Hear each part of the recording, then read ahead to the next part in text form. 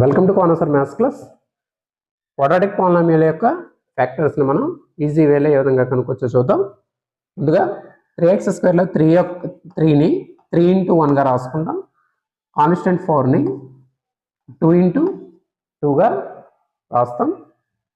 రాసిన తర్వాత 3 1 ఈ విధంగా నిలువుగా వేస్తాం. పక్కని 2 2ని వీటి పక్కన ఈ విధంగా రాసుకుంటాం. రాసుకున్న తర్వాత క్రాస్గా మల్టిప్లికేషన్ చేయండి. 3 2s 6, 1 2s 1. ఈ 6కి 2కి డిఫరెన్స్ తీసుకుంటే +4 అవుతుంది. మనకి -4 ఉంది కాబట్టి ఇక్కడ నెగిటివ్ సింబల్ వేసుకోండి. 3 2s -6, ఇది +2 అంటే -4 అవుతుంది. ఇప్పుడు వీటి పక్కన x వేయండి.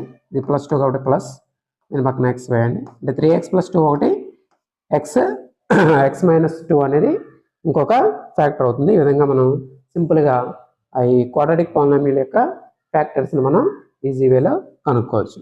ఇలాంటి ఏ క్వాడ్రాటిక్ పాలినామియల్కైనా మనం ఈ పద్ధతిలో కనుక్కోవచ్చు. అంటే ఇక్కడ రూట్స్ ఏవైతే ఎగ్జిస్ట్ అవుతాయో వాటికి ఈ పద్ధతిలో మనకి రూట్స్ అనేవి వచ్చేస్తాయి.